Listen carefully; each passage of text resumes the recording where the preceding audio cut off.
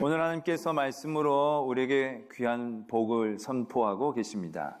그리스도 안에 있으면 너희는 새로운 피조물이다 라는 것입니다. 우리가 아무리 옛것이다 할지라도 그리스도 안에 있으면 우리는 새로운 피조물이 된다라는 것을 오늘 하나님께서 말씀으로 우리에게 선포하고 계십니다. 그러나 우리가 이런 말씀에 아멘으로 기쁨으로 받아들이지만 우리 스스로가 과연 우리를 새롭게 생각하고 있느냐라는 또 문제를 우리는 겪고 있게 됩니다. 어떤 종교 철학과 교수님이 인터뷰를 하는 기사에 이러한 기사가 있었습니다.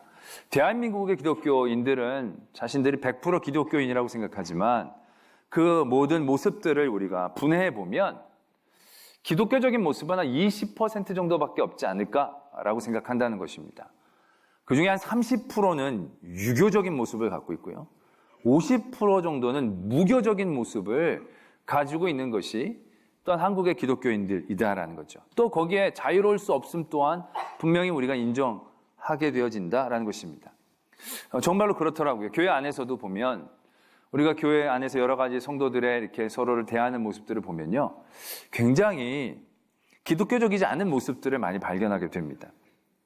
사람들 처음 만나면 대부분 많이 하는 질문이 믿으신 지 얼마나 되셨습니까? 이런 것도 하지만 몇 년생이십니까? 몇 살이십니까? 그걸 거의 앞에 부분에 꼭 묻는 걸 보게 됩니다. 이거 미국 교회는요, 절대로 몇 살인지 물어보는 경우가 거의 없거든요. 근데 우리는 거의 물어봅니다. 그래서 제가 한 56년생입니다. 그러면 우리 내 동생 나이일세? 그러면서 말이 짧아져요. 그리고 그렇게 안 봤는데, 죄송합니다. 그 밑으로는 또 뭔가 이렇게 공손해지는 그런 묘한 분위기들을 우리가 느낄 수 있다는 거죠. 미국은 아까도 말씀드렸듯이 그거 안 물어봅니다. 왜냐하면 미국은 2살 차이가 나도 유고, 20살 차이가 나도 유거든요. 다 너거든요. 당신 이런 거 잘 안 하고, 다 똑같다 보니까 나이가 별로 중요하지 않죠. 근데 우리는 뭔가 오래된 유교적인 색채들이 우리 안에 남아있는 것을 보게 됩니다. 성경에서는 어떠한 교회에서의 계급도 얘기한 적이 없습니다. 그냥 다 형제, 자매입니다. 그게 기독교적 정신입니다. 그런데 우리는 어떻습니까? 집사님, 권사님, 장로님, 이게 어떠한 계급처럼 우리가 이해하고 받아들일 때가 적지 않다는 겁니다. 그래서 장로님들이 가끔 얘기하시다 보면 집사가 그럼 집사 말하면 안 되나요? 그게 성경에서 그런 게 있나요? 계급, 목사는 제일 위에 있는, 상위에 있는 그런 것처럼 인식할 때가 많이 있다는 거죠. 역할에 대한 얘기지. 뭔가 상하적인 계급에 대한 얘기가 아닌데, 우리는 오래된 유교적인 어떤 요소들이 우리 안에 있어서 그런 색채들을 참 지울 수가 없게 된다는 것입니다. 교회 안에서도 보면요, 청소년부 애들이 장소를 잡고 자기네들이 연습하려고 노래 부르고 그러고 있으면 남선교회 회원이나 이런 분들이 장소 찾다가 없으면요, 그냥 슬그머니 밀고 들어가죠. 뭐하냐 너희들? 그러면 저희들 연습하려고 그러는데 야 잠깐만 나가 있어라. 우리 잠깐만 하고 끝날게. 그러면 나가라고 하는 사람도 있고 나가란다고 나가라는 애들도 있어요. 그럼 안 되거든요. 기독교적인 정신으로 왜 그러시냐고. 우리가 물론 요즘 애들은 버르장머리 없이 그러기도 하지만 먼저 정상한 그 절차를 받고 하면 걔네들이 있어야 되는데 나가란다고 나가고 또 나이가 많다고 밀어내고 밀리고 그 묘한 그런 분위기들이 있다라는 것을 보게 됩니다. 교회에서도 보면 제가 젊어서 왔지 않습니까? 젊어서 오면 목사가 아닙니까? 젊어서 와도 목사예요. 근데 젊은 목사라고 꼭 붙이면서 제가 암암리에 당했던 그 서름을 내가 지금 10년이 지난 지금 얘기를 하는데 하여튼 성경에서 사도 바울이 베드로보다 별로 나이가 많지 않았을 텐데 사도 바울이 베드로한테 대들란 얘기가 아니고요. 우리는 너무 이 안에서 유교적인 색채들이 너무 짙하게 있다는 거예요. 요소들이 보면 뭐든지 뭔가 순서를 정하고 상의를 정하려는 모습들을 갖고 있다는 거죠. 이건 기독교적인 형제자매의 모습과는 사뭇 다른 요소들을 가지고 있다는 것입니다. 또한 무교적인 색채는 이건 정말로 우리가 부인할 수 없는 요소가 되어지는 거죠. 우리가 주일이 되면 성경책을 들고 예배당에 와서 하나님께 기도를 합니다. 근데 포장지만 그럴 때가 너무 많이 있다는 거예요. 절에 가서 불상 앞에서 비는 것과 그 내용적으로는 하나도 다를 것이 없는 똑같은 것을 그냥 예배당에서 의자에 앉아서 눈 감고 기도하는 것으로 드리게 되어지는 요소들이 우리 안에 얼마나 많이 있는가를 우리는 인정할 수밖에 없다라는 것이죠. 그러다 보니까 우리가 기독교인이라고 그래도 별로 새로울 게 없는 거예요. 별로 사람들에게 다를 게 없는 거예요. 왜? 다 교회 왔더니 유교적인 전통으로 다 하고 또 무교적인 색채로 다 빌고, 그러니까 별로 다른 종교와 다른 문화들 가운데 있는 사람들과 여타로 우리가 새로운 피조물이다라고 여겨지게 되어지는 그러한 모습들을 발견하기가 점점점 더 어려워지는 것을 고백할 수밖에 없다라는 것입니다. 오늘 하나님께서 우리에게 새로운 피조물이다라는 걸 선포하시면서 우리가 새로운 피조물의 정체성을 갖기 위해서 우리가 어떤 요소들을 가져야 하느냐, 우리가 이 새로운 피조물이라는 게 단순히 변화받았다는 것을 의미하는 게 아닙니다. 그냥 술 먹다가 술을 끊었다고 새로운 피조물이 되는 게 아니에요. 담배 폈다 담배를 버렸다고 새로운 피조물이 된 게 아니에요. 못되게 굴었다 착하게 된다고 그게 새로운 피조물이 된 걸 의미하는 게 아닙니다. 오늘 성경은요, 굉장히 분명하고도 간단하게 새로운 피조물의 정체성이 무엇인지를 말씀하고 계십니다. 17절을 우리가 읽었고요. 16절에 이렇게 말씀이 적혀져 있습니다. 그러므로 우리가 이제부터는 어떤 사람도 육신을 따라 알지 아니하노라. 비록 우리가 그리스도도 육신을 따라 알았으나 이제부터는 그같이 알지 아니하노라 라는 것입니다. 그전에는 육신을 따라 살았다는 것입니다. 모든 기준이 육신의 기준이었다는 겁니다. 자기에게 좋은 것이 기준이었다는 거죠. 그러나 새로운 피조물의 기준은 육신을 따라서 행동하지 않는다라는 기준을 정하고 있다는 것입니다. 그것이 15절에는 더욱더 분명하게 적혀져 있습니다. 예수 그리스도가 모든 사람을 대신하여 죽으심은 살아있는 자들로 하여금 다시는 그들 자신을 위하여 살지 않고 오직 그들을 대신하여 죽었다가 다시 살아나신 이를 위하여 살게 하려 함이라.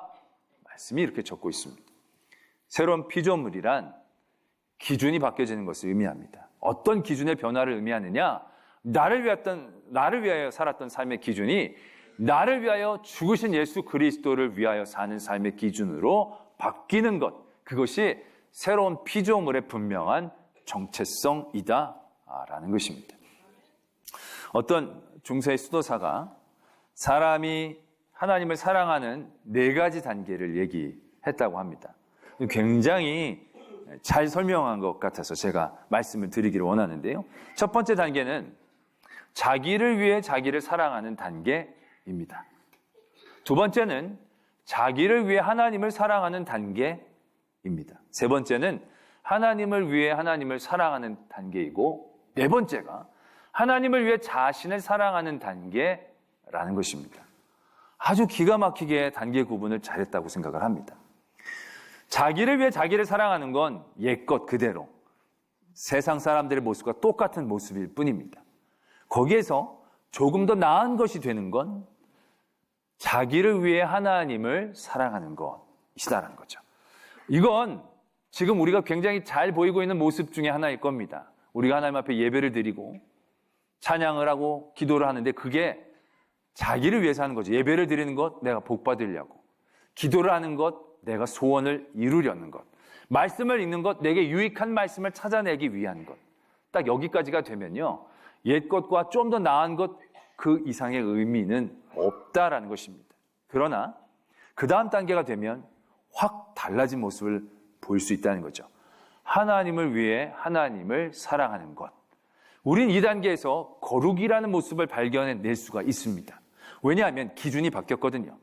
세상의 사람들과는 다른 기준을 삼는 다른 어떤 모습들을 갖고 있게 되어진다는 겁니다. 여기서 거룩이 나오고 이 거룩함은 사람들과 우리를 구별할 수 있는 굉장히 중요한 모습이 되어진다라는 것입니다. 근데 우리가 딱 여기까지만 해도 굉장히 괜찮은 것 같아 보이는데 딱 여기까지만 했을 때 우리에게 나타나는 문제점이 있습니다. 그것은 그 거룩함이 배타적이 되고 그 거룩함이 독선적이 될 수 있는 위험 가운데 우리가 빠지게 되어진다라는 것입니다. 많은 예수님 시대에 하나님을 섬겼던 바리새인들이 가졌던 모습이 딱 여기까지일 때가 많았다는 것입니다. 자기가 자기를 잘 복받으려고 율법을 지키는 것에서 또 뛰어넘어서 하나님을 기쁘시게 하기 위해 율법을 지키는 겁니다. 하나님 앞에 잘 보이려고 율법을 지키는 겁니다. 근데 그게 자기가 하고 싶은 것 금욕하고 정욕을 내리 누르고 굉장히 힘들고 어려운 과정 가운데에서 하나님을 기쁘시게 하려고 하나님을 사랑하고 하나님을 섬기게 되어진다는 거죠. 예배를 드릴 때 나를 위해서 드리는 예배에서 조금 한 단계 올라가면 하나님이 기뻐하시기를 위해서 예배에 참여하는 겁니다. 근데 오늘 같은 날 날도 굳고 길도 미끄러우면 오늘 같은 날 좀 쉬고 싶은데, 자고 싶은데, 근데 하나님이 그럼 싫어하시니까 하나님 기쁘시게 하기 위해 힘들게 나오는 것, 딱 요게 세 번째 단계의 모습입니다. 근데 이런 단계를 거치게 되다 보면 그 거룩함과 구별되어짐이 자기의 의로 착각되어지기 시작하는 거죠. 그래서 그렇게 안 하는 사람들을 정죄하기 시작합니다. 그리고 그들과 자기들은 차별하게 되어진다는 거죠. 그들과 분리하게 되어진다는 겁니다. 배타적이 되어진다는 겁니다. 지금 적지 않은 많은 성도들 가운데에서 보여주는 모습이 바로 이것이다라는 거예요. 또 이것 때문에 많은 우리의 그 신앙들이 오해를 사고 있다는 것 또한 우리는 분명히 알아야 된다는 것입니다. 한국 기독교 봉사단에서 그러한 조사를 했습니다. 여타 우리나라의 종교들 중에 봉사를 적극적으로 하는 종교가 뭐라고 생각하십니까? 이걸 이제 질문을 던졌습니다. 그랬더니 1등이 개신교입니다. 29.2%가 적극적으로 봉사하는 종교는 개신교입니다. 대답을 했다는 겁니다. 그 2등은 천주교입니다. 20% 정도 되는 분들이 천주교가 적극적으로 봉사한다라고 대답을 했고요. 3등이 불교인데 격차가 큽니다. 3.8%만이 봉사를 하고 있다고 얘기를 했다는 것입니다. 거의 30%에 가까운 사람들이 교회가 봉사를 적극적으로 한다는 것에 동의하고 있다는 겁니다. 근데 질문을 좀 바꿔봤습니다. 그러면 그 중에서 봉사를 잘하고 있는 종교는 어디라고 생각하십니까? 그 봉사에서 진정성이 느껴지는 봉사를 하는 종교는 어디라고 생각하십니까? 라는 질문을 던졌더니 22.9%의 사람들이 천주교라고 대답을 했다는 겁니다. 그리고 개신교는 16%의 사람들만이 그 봉사를 잘하고 있다라고 얘기를 했다는 것입니다. 거의 30%의 사람들이 적극적인 봉사는 개신교가 잘한다고 얘기했는데 그 봉사의 진정성을 느끼는 분들은 16% 정도밖에 되지 않는다는 것입니다. 굉장히 많은 퍼센트가 우리가 하는 것만큼 우리의 진심을 알아주고 있지 않다라는 거죠. 그래서 질문을 던져봤습니다. 그렇게 동의하지 못하는 분들에게 왜 교회의 봉사들 가운데 그렇게 호감을 느끼지 못합니까? 라는 질문을 던졌더니 첫 번째가 봉사를 전도의 수단으로 사용하고 있기 때문에 40%가 대답을 했다는 겁니다. 또 너무 보여주기식이다. 그게 32%였고요. 형식적으로 하는 것 같다가 16%였습니다. 거의 부정적인 생각을 갖고 있는 분들 중에 90%에 가까운 사람들이 그 진정성에 대해서 받아들이지 않고 있다라는 것을 보게 되어진다는 것입니다. 솔직히 이런 요소들을 보면서 우리들의 모습을 되돌아보게 됩니다. 우리가 하나님을 믿고 복음을 전하는 사명을 우리가 받았습니다. 그 증인의 사명을 감당하기 위해서 우리는 여러 가지를 그 수단으로 사용하게 됩니다. 그 중에서 봉사도 그런 수단으로 사용하게 되어진다는 거죠. 그래서 우리가 섬기면서도 꼭 교회 다니세요, 예수님 믿으세요, 이 말을 빼놓지 않고 합니다. 우리는 이건 우리가 어려서부터 그렇게 많이 살아왔습니다. 우리가 어렸을 때부터 전도를 할 때도요, 꼭 애들한테 아이스크림을 사주면서도요, 그냥 아이스크림 먹어. 왜? 그냥 마음이야. 이렇게 한 적이 거의 없어요. 우리 아이스크림 먹어. 왜? 그리고 다음 주 우리랑 교회 가자. 늘 교회라는 수단을 이 이유를 붙여가지고 우리가 늘 뭘 해왔던 것이었다는 거죠. 그러니까 사람들은요, 교회가 뭘 봉사를 하면 교회 끌고 나가려는 수작, 이 정도로만 받아들이는 경우들이 적지 않다라는 것입니다. 또 우리가 봉사를 하고 나서도 사진 같은 거 많이 찍죠. 그리고 우리가 뭘 도왔습니다. 이런 얘기를 많이 합니다. 왜? 교회가 이런 걸 한 것을 나타내서 하나님 앞에 영광을 돌리기 위한 마음들. 그런 마음들로 우리가 그 일들을 늘 하면서 이렇게 나타내고 얘기하는 것을 우리가 좋아했었습니다. 그러다 보니까 나중엔 마음은 없어도 이거 우리 교회니까 이런 걸 해야 돼. 교회는 이런 걸 당연히 해야 돼. 라는 마음으로 형식적으로 하게 되어지는 그런 부분들을 우리가 우리 스스로 행할 수밖에 없었다는 것을 깨닫게 되어진다라는 것입니다. 오늘 하나님은 우리가 다른 것에서 새 것이 되어지기를 원합니다. 우리가 예수 그리스도를 전하는 직분, 그 이상의 직분으로 우리를 도전하고 계신다라는 것입니다. 이 네 번째 단계, 하나님을 위해서 나를 사랑하는 이 단계. 이 단계가 바로 새 것이 될 수 있는 단계이다라는 것입니다. 내가 예배를 드릴 때에 하나님을 기쁘시게 하는 것을 뛰어넘어 예배를 드리는 게 내 삶의 가장 큰 즐거움이 되어지는 단계이다라는 거죠. 비가 오나 눈이 와도 다른 모든 것들이 나를 막아도 기쁨으로 드리는 나의 예배가 나의 삶의 가장 큰 복임을 깨닫게 되어질 때 그렇게 나올 수 있는 그런 모습들, 하나님을 위해 내 자신을 사랑하는 것, 하나님의 법을 지키는 게 주야로 그 율법을 묵상하는 것이 나에게 가장 큰 즐거움이 되어지는 그런 상태, 이것이 다른 것들을 뛰어넘는 새 것이 되어지는 우리를 향한 하나님의 거룩한 도전이다라는 것을 다시금 깨닫게 되어진다는 것이죠. 그래서 말씀은 우리를 이렇게 더 도전합니다. 새 것이 되었도다 라고 말씀하시면서 모든 것이 하나님께서 났으니 그가 그리스도로 말미암아 우리를 자기와 화목하게 하시고 또 우리에게 화목해야 하는 직분을 주셨다. 말씀은 이렇게 적고 있다라는 것입니다.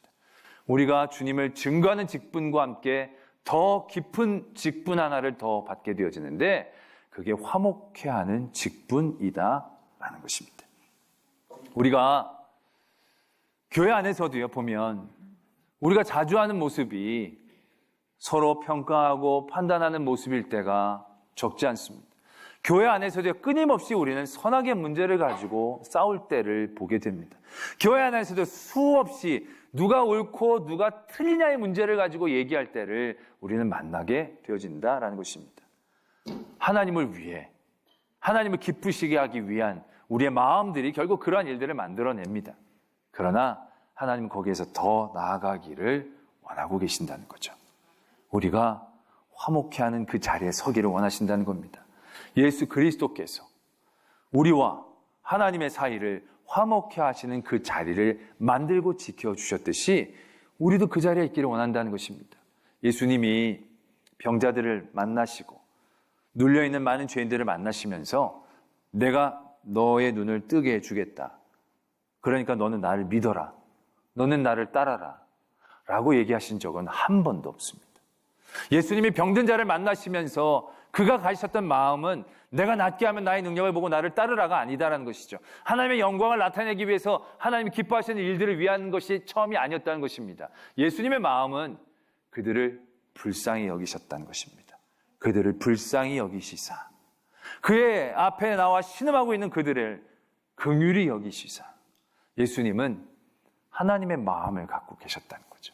그 하나님의 마음으로 그들을 바라보려는 하나님을 위해 자기를 사랑하는 그 자리에 서 계셨다라는 것이고 그 자리를 오늘 우리들에게 도전하고 계신다라는 것입니다.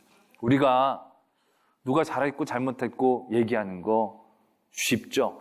오히려 더 편할 수 있을 것입니다. 그러나 그 자리에 우리가 서게 된다면 잘못했다라는 사람들, 옳지 못했다라고 우리가 얘기했던 그 사람들은 누가 하나님과 화목하게 하는 자리에 서 있을 수 있겠습니까? 우리가 예수 그리스도를 믿는 우리가 그들과 하나님의 중간에 서서 화목해 하는 그 직분을 감당하지 않는다면 우리가 그 자리에서 그들에게 등을 돌린다라고 한다면 결국 그들은 누구를 통하여 하나님과 화목해 할 수 있겠느냐라는 것입니다. 이 땅에 어떠한 종교인들이 그들을 하나님과 화목해 하는 일들을 해낼 수 있겠습니까? 그 일들을 할 수 있는 사람들은 예수 그리스도를 믿는 우리들 외에는 아무도 없다라는 것입니다. 근데 우리가 화목해 하는 직분에서 돌아서려고 한다면 얼마나 많은 불쌍한 영혼들이 그 기회를 잃게 되겠느냐라는 것이죠. 우리가 안에서도 우리가 이 하나님을 진정으로 사랑하는 이 단계에 나아간다는 게 쉽지 않습니다. 우리가 개인주의적인 기준에서 이타적인 기준으로 단번에 바뀐다는 게 이게 쉬운 과정이 절대 아닙니다. 그런데 하나님 오늘 우리에게 화목하는 직분을 주신다는 것, 이것이 이런 기준을 바꿀 수 있는 또 굉장히 은혜로운 길임을 또한 깨닫게 되어진다는 거죠. 누구만 잘 되는 건 쉽지 않습니다. 그러나 내가 함께 잘 되는 길에서부터 시작한다는 것. 굉장히 우리의 삶의 기준에서의 기쁨의 기준을 바꿀 수 있는 좋은 자리가 되어지는 것이죠. 우리 모두가 하나님과 화목하게 할 때에 내가 누리는 기쁨을 통하여 나의 삶의 기준이 바뀌어질 수 있는 그 길이 바로 여기에서부터 또한 시작될 수 있다는 것을 우리는 분명히 알아야 한다는 것입니다. 우리가 이러한 자리를 통해서 얼마나 큰 은혜를 받습니까? 우리가 요즘 아까 그 앙케이트 조사를 하면서 그럼 한국교회가 어떻게 하면 더 좋겠습니까? 어떤 모습으로 봉사를 하면 더 좋겠습니까? 이런 질문을 던졌더니 해외 선교보다 이제 더 국내에 어려운 사람들이 많으니까 국내 어려운 사람들을 잘 섬기고 도와줬으면 좋겠습니다. 그런 바람들이 굉장히 많이 적혀져 있더라고요. 근데 저는 우리 한국교회가 했던 이 세계 선교에 대한 일들이 우리에게 하나님의 기쁨을 누리게 해줬던 굉장한 복된 자리다라는 것을 깨닫게 되어집니다. 우리가 해외 선교하는 건요, 정말로 이해할 수 없는 일입니다. 나랑 무슨 관계가 있습니까? 우리가 여러 타지로 선교를 떠난 분들이 거기에 연고가 없습니다. 거기 친척이 있는 것도 아니고 먼 조상이 아프리카 사람이었기 때문도 아니고요. 동남아 지역에 있는 사람이었기 때문도 아니고요. 거기에 친척이 있어서가 아니고 거기에 어떤 유익함이 있어서도 아니에요. 근데 그들이 거기에 가요. 왜? 하나님의 마음을 알게 되어지니까. 그리고 거기서 그 일에 대한 가장 큰 기쁨을 누려요. 자기가 헌신하고 희생하면서도 그 일에 대하여 가장 큰 가치를 느끼게 되어지는 일들이 해외 선교를 통해서 이루어졌다는 거예요. 한국교회가 해외 선교를 통하여 얼마나 놀라운 하나님의 은혜의 자리들을 우리가 경험할 수 있었느냐는 거죠. 굉장히 낭비적인 일들이 될 수도 있어요. 그것이 큰 열매로, 큰 수확으로 옮겨지지 못할 수도 있어요. 그래서 많은 사람들이 이제 해외 선교는 효율이 떨어지는 거 아니냐, 많은 열매 가성비가 떨어지는 것 아니냐라고 얘기를 합니다. 그러나 성도는 효율적인 삶을 살기 위해 믿는 게 아니거든요. 많은 가성비를 만들기 위해서 하나님을 믿는 게 아니거든요.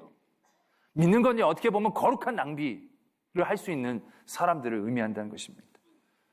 하나님이 흘리신 그 보혈의 피가 얼마나 가성비가 떨어지는 겁니까? 그 예수 그리스도의 피가 얼마나 귀한 건데 그 쓰잘데기 없는 인류를 구하기 위해 흘리신 그 피가 얼마나 어리석은 낭비 같은 일이겠습니까? 그러나 그 일들을 통하여 얼마나 놀라운 하나님의 역사가 이루어졌는지를 우리는 기억하고 있지 않느냐는 거죠. 가성비로 따지면 너무 쓸데없죠. 그냥 말로 또 지으시면 되는 건데. 우리 성도들에게 요구되어지는 삶의 모습, 새로운 피조물, 새 것은 대단히 놀랍고 신비로운 것을 의미하는 게 아니라는 것입니다. 다른 것이 되어져서 다른 것이 쫓아오지 못하게 되는 배타적인 모습을 갖는 게 아니라는 것입니다. 새 것은 옛 것의 연장선입니다.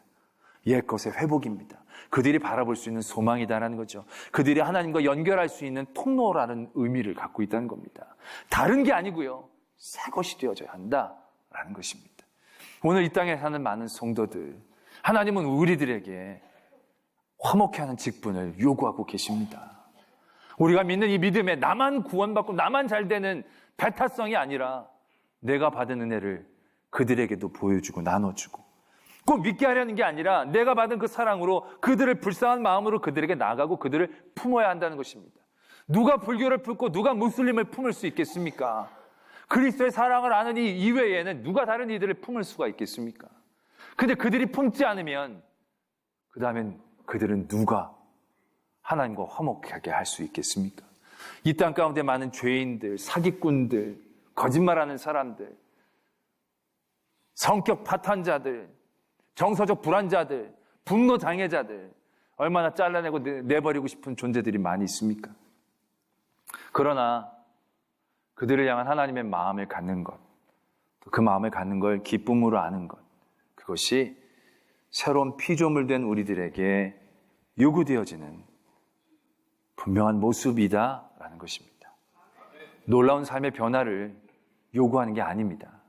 우리의 삶의 자리에서 화목해 하는 직분, 하나님과 화목해 하게 하는 위한 그런 조그만 아름다운 손길과 마음들, 그리고 말 한마디들, 또 불쌍히 여기는 우리들의 마음들이 새로운 피조물의 이유가 되어진다라는 것을 오늘 깨닫게 되기를 원합니다.